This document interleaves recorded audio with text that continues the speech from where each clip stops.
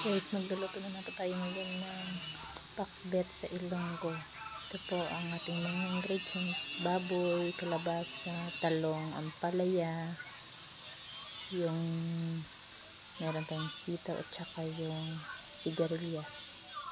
Yan, igisa lang po natin ng maayos yung ating baboy. Halo-haloin natin po ito. Yan, unahin po natin yung sibuyas at saka yung bawang, kamatis, sa baboy. Ang gusto natin mabuti yung baboy hanggang sa ito ay lumambot.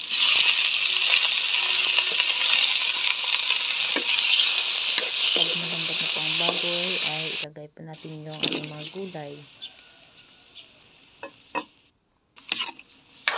Guys, yung pampalasa ko po na ginamit dito ay yung asin, paminta at saka yung magic sarap. Ayan po. Halo-haloin lang natin yung ating mga gulay hanggang sa ito po ay maluto.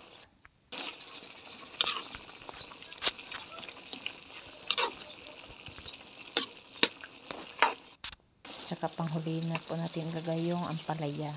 Yan, luto na po yung ating gulay.